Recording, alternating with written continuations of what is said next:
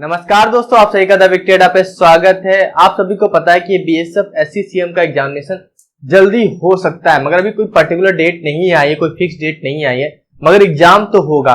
और एग्जाम में आपको पता है कि फिजिकल तो होना नहीं है, केवल आपकी हाइट वगैरह नापी जाएगी, चेस्ट वगैरह नापा जाएगा। तो यानी कि रिटन के एग्जाम पे आपको इतना फोकस करना है कि आपका सिलेक्शन हो जाए इस बार। बहुत अच्छी मैं जॉब कहूंगा, सीएम की जॉब होती है, मतलब मिनिस्ट्रियल की जॉब जो होती है, बहुत अच्छी जॉब होती है। तो इस वीडियो में मैं आपको ये बताने वाला हूं कि आप कैसे प्रिपरेशन करो, मतलब मैं कैसे प्रिपरेशन करता हूं एग्जामिनेशन की, कि मेरे 3-4 एग्जाम ऐसे क्लियर हो गए।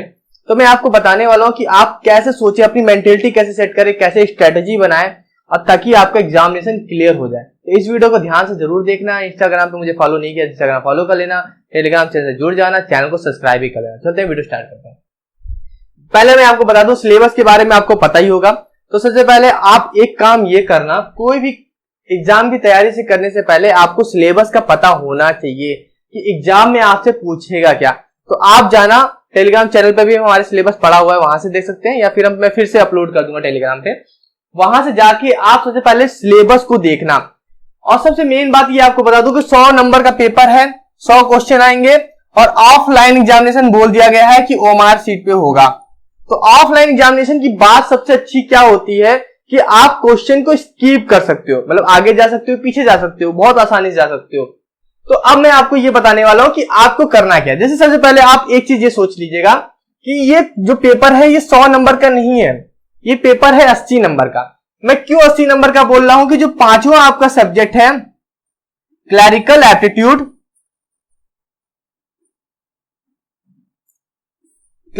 क्लरिकल एप्टीट्यूड के 20 क्वेश्चन आने वाले हैं ना, मगर मैं कहूंगा ये फ्री के नंबर है। अगर आपने जरा सी मेहनत कर ली ना, जरा सी इसकी प्रैक्टिस कर ली, बस 5 दिन कर लिया आपने, तो ये आपको 20 में से 20 नंबर देगा। तो ये 20 नंबर की तो लड़ाई तो है ही नहीं, लड़ाई तो यहां पर हो रही है, ये 80 नंबर की लड़ाई, 80 नंबर की लड़ाई। अब आपको इस 80 नंबर में आपको कैसे गेन करना है, सबसे पहले आपको चूज ये करना। अगर मैं एग्जाम देता, क्योंकि मैं तो ओवर एज हो चुका हूं, जनरल में हूं, तो मैं तो इसका एग्जाम देना भी नहीं चाहता हूं, मैं सीएम में पहले रह चुका हूं। तो अगर मैं इस एग्जाम की मैं तैयारी करता तो मैं कैसे करता, सबसे पहले मैं चूज करता, क्योंकि आपको पता है हिंदी और इंग्लिश में से दोनों में से एक चूज करना है, और दोनों के 20-20 क्वेश्चन आएंगे, दोनों में से एक को हल करना है। यानी कि आप इंग्लिश करोगे तो हिंदी नहीं करोगे, हिंदी करोगे तो इंग्लिश नहीं करोगे। और जो आपका पेपर होगा वो बाइलिंगुअल होगा, मतलब दोनों भाषा में होगा, हिंदी इंग्लिश दोनों भाषा में होगा। तो आपको सबसे पहले ये चूज करना है कि आपकी कमांड किसमें अच्छी है। आपको ये डिसाइड अभी कर लेना है, एग्जाम के टाइम पे डिसाइड मत करना, नहीं तो बहुत बड़ी गलती कर दोगे।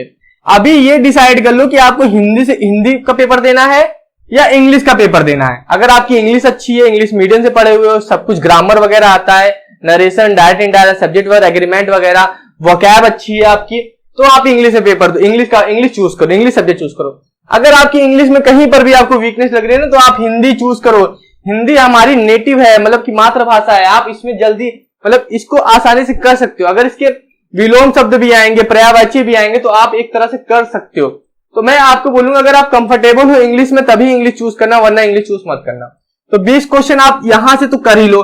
हिंदी के लिए मैं आपको एक बुक रिफर करूंगा, जैसे जो हमारे यूपी साइड पढ़ी जाती है, एक आदित्य की बुक आती है हिंदी की, उसमें सिंपल तरीके से हर चीज समझाएगी, संधि वगैरह, समास वगैरह, अलंकार वगैरह, पर्यायवाची, विलोम सब कुछ उसमें समझाया गया है। तो आप इस बुक को रिफर कर सकते हो, आदित्य की बुक को। 20 क्वेश्चन आप यहां से, आप यही सोचो कि आपको 80 नंबर की लड़ाई में 20 नंबर यहां से हिंदी में से लेने हैं। हिंदी में देखिए दिक्कत बहुत कम है, मतलब सिलेबस अगर आप हिंदी का देखोगे तो बहुत बड़ा सिलेबस नहीं है, बहुत ही नॉर्मल चीजें, मगर तब भी मैं कहूंगा कि अगर आप हिंदी के अच्छे से प्रैक्टिस करो तो आप 15 से 18 नंबर ले सकते हो, 15 से 18 नंबर आप हिंदी में ले सकते हो। रीजनिंग की बात करें, रीजनिंग में तो आपको 20 में से 20 नंबर लाने हैं। पहली बात दिमाग में ये चलना है कि 20 में से 20 नंबर लाने। अभी मैं आपको ये भी बताऊंगा कि आप स्ट्रेटेजी बना के तैयारी कैसे करो। अभी मैं आपको नंबर बता देता हूं, ठीक है। 20 में से 20 नंबर लाने हैं, कुल मिला के 20 में से 20 में से मैं 19 कह सकता हूं कि 19-20, क्योंकि रीजनिंग में गलती नहीं करनी चाहिए। कंप्यूटर की बात कर लेता हूं, कंप्यूटर के भी 20 क्वेश्चन आने हैं और मैथ के भी 20 क्वेश्चन आने हैं। अब हम बात करेंगे, ये दोनों सब्जेक्ट को मैं ड्रॉप करता हूं, इन दोनों सब्जेक्ट की बात नहीं करूंगा, क्लरिकल एप्टीट्यूड की बात नहीं करूंगा। मैं अगर तैयारी करता तो मैं बता रहा हूं। तो अभी सबसे पहले मैं मैथ में कमांड बनाता, अभी एग्जाम की डेट नहीं आई है, एग्जाम की डेट आती तब मैं थोड़ा अलग तरीके से प्लान बनाता, मगर अभी एग्जाम की डेट नहीं है तो सबसे पहले मैं क्या करूंगा कि जो मैथ है ना, मैं मैथ को कंप्लीट करूंगा, क्योंकि मैथ की जो क्वेश्चन है ना, मैथ ही मेरिट घटाएगी, मैथ ही मेरिट बढ़ाएगी। अगर मैथ में अगर आपके 18 क्वेश्चन भी सही हो जाते हैं, 2 क्वेश्चन की मैं मार्जिन लेता हूं, 18 क्वेश्चन भी आपके सही हो जाते हैं, 18 मान लो 17 मान लो, अगर क्वेश्चन सही हो जाते हैं ना तो बहुत अच्छे नंबर आएंगे आपके फिर। क्योंकि कंप्यूटर का मैं भरोसा नहीं कर सकता, कंप्यूटर का भरोसा इसलिए नहीं कर सकता क्योंकि कंप्यूटर में अगर वो क्वेश्चन कहीं से भी उठा दिया, पावर पॉइंट से उठा दिया, एक्सेल से उठा दिया, तो आप नहीं कर पाओगे, आप कंफ्यूज हो जाओगे। तो कंप्यूटर के लिए अभी से आपको थोड़ा सा प्रैक्टिस करके चलनी है। मैथ, कंप्यूटर की प्रैक्टिस अभी से चलनी है, और हिंदी की प्रैक्टिस, मतलब ये 3 सब्जेक्ट अभी आपके लेके चलो। क्लरिकल एप्टीट्यूड आप छोड़ दो, अभी क्लरिकल एप्टीट्यूड अभी आप मत पढ़ो, मैं कुछ वीडियो अपलोड कर रहा हूं, उसके आधार पे आप क्लरिकल एप्टीट्यूड टॉपिक को क्लियर कर लेना, मगर अभी प्रैक्टिस मत करना। आप हिंदी की अभी को क्लियर करो। रीजनिंग भी अगर आपको आती है, रीजनिंग नहीं आती तो आप पढ़ लेना, अगर रीजनिंग आती है, जैसे मुझे रीजनिंग आती है तो मैं रीजनिंग की प्रैक्टिस अभी नहीं करता। जैसे एग्जामिनेशन की डेट आ गई, मान लो एग्जामिनेशन की डेट अक्टूबर में आ गई, मान लो, ठीक है, अक्टूबर में आ गई अगर एग्जामिनेशन की डेट, अक्टूबर में एग्जामिनेशन की डेट आ गई तो मुझे पता चल गया कि अभी अगस्त चल रहा है, उसके बाद सितंबर आएगा, उसके बाद अक्टूबर आएगा, तो अगस्त अभी खत्म तो हुआ नहीं है, तो अगस्त भर में मैं क्या करता, मैं मैथ और जो सितंबर का हाफ होता वहां तक मैं मैथ कंप्लीट कर लेता, मैथ के सारे टॉपिक रिवीजन कर लेता और कंप्यूटर रिवीजन कर लेता, हिंदी रिवीजन कर लेता। जैसे ही सितंबर मेरा क्रॉस होता उसके बाद मैं क्लरिकल एप्टीट्यूड पे आ जाता, उसके बाद में रीजनिंग की थोड़ी प्रैक्टिस कर लेता, और फाइनली जब अक्टूबर में जब मैं आता तो मैं ओवरऑल प्रैक्टिस करता। ओवरऑल प्रैक्टिस का मतलब है कि मैं पूरा प्रैक्टिस सेट लगाता, 100 क्वेश्चन के प्रैक्टिस सेट लगाता। तो ये देखिए, अब ये आपके ऊपर डिपेंड कर रहा है कि आपको आता क्या है। अगर आपको हिंदी अच्छी लगती है तो हिंदी में पेपर देना, इंग्लिश का मत देना। रीजनिंग अच्छी आती है अभी तो रीजनिंग की प्रैक्टिस अभी ज्यादा करने की जरूरत नहीं है आपको, रीजनिंग आप लास्ट के 10 से 15 दिन में भी रिवीजन कर सकते हो, मगर मेन फोकस अभी आप मैथ में लगाओ और कंप्यूटर में लगाओ और हिंदी में लगाओ। यहां आपके थोड़े से नंबर बनेंगे, क्योंकि कंप्यूटर के क्वेश्चन फिक्स नहीं है, मैथ के क्वेश्चन फिक्स नहीं है, और हिंदी में भी आपको पता है कि क्वेश्चन के पर्यायवाची पता नहीं कहां से दे देगा, किसी लेखक का नाम पूछ सकता है। तो आपकी स्ट्रेटेजी अभी इस समय ये होनी चाहिए कि आप अपनी वीकनेस को फाइंड करो। और वीकनेस फाइंड कैसे होगी, जब आपको सिलेबस पता होगा, आप अपने सिलेबस को थ्रोली सिलेबस को लिख लो। देखो, अगर जॉब चाहिए ना, जॉब चाहिए, थोड़ी मेहनत तो करनी पड़ेगी ना। तो अगर आपको लगता है कि आपको मैथ का सिलेबस कहीं छूट रहा है तो मैथ का एक कॉपी उठाओ और नोटिफिकेशन से पूरा सिलेबस लिख लो, उसके बाद उसमें टिक करो, या मुझे परसेंटेज आता है, ठीक है, मुझे प्रॉफिट एंड लॉस आता है, मुझे ये चीजें आती है वो। अब इसमें देखो कि जो चीजें तुम्हें नहीं आती है, जैसे मैथ है, मैथ में जो चीजें तुम्हें नहीं आती है वो चीजें कवर करो। कंप्यूटर देखो, कंप्यूटर में तुम्हें क्या नहीं पता, कंप्यूटर का अगर फंडामेंटल नहीं पता, ठीक है, उसके बाद तुम्हें उसके जनरेशन के बारे में नहीं पता, एक्सेल के बारे में नहीं पता, पावर पॉइंट के बारे में नहीं पता, ठीक है, वर्ड के बारे में नहीं पता, तो उन सब चीजों के क्वेश्चन प्रैक्टिस करो। उसके लिए भी आप बुक, कोई मार्केट में तमाम बुक है, आप मेरे पास बहुत सारे क्वेश्चंस आते हैं कि कौन सी बुक से पढ़ें। बुक सारी अच्छी है, सारी की सारी बुक अच्छी होती हैं और सबके कंटेंट सेम ही होते हैं, कोई डिफरेंट कंटेंट नहीं होता, सबके कंटेंट सेम ही होते हैं, मगर आपको पढ़ने का तरीका होना चाहिए। आप सोचते हो कि बुक को मैं एक ही दिन में खत्म कर दूंगा, एक हफ्ते में, नहीं, ऐसे नहीं होता। बुक बनाने वाले को भी एक दिन में उसने बुक नहीं बनाई। जब सोचो कि जब बुक बनाने वाला एक दिन में बुक नहीं बना पाया तो एक दिन में आप बुक कैसे खत्म कर लोगे, उसको भी टाइम लगा ना। तो आप भी बुक को टाइम दो, आप उसके टॉपिक को टाइम दो, समझे, अपनी कमियों को निकालो। कमियों को निकालने के लिए आपको सबसे अच्छा तरीका होता है कि आप प्रैक्टिस सेट लगाओ, ठीक है। तो अभी मेरे हिसाब से अगर आपको करना है तो आप रीजनिंग, अगर आपको नहीं आती तो रीजनिंग में काम करना है थोड़ा सा। अगर रीजनिंग आती तो रीजनिंग को ड्रॉप कर दो, रीजनिंग को अभी मत पढ़ो, अभी केवल मैथ को पढ़ो, क्योंकि मैथ क्या होता है, मैथ थोड़ी ट्रिकी मैथ होती है, इंसान भूलता है, मैथ में कमजोर होता है। तो मैथ पढ़ो, कंप्यूटर पढ़ो, हिंदी पढ़ो।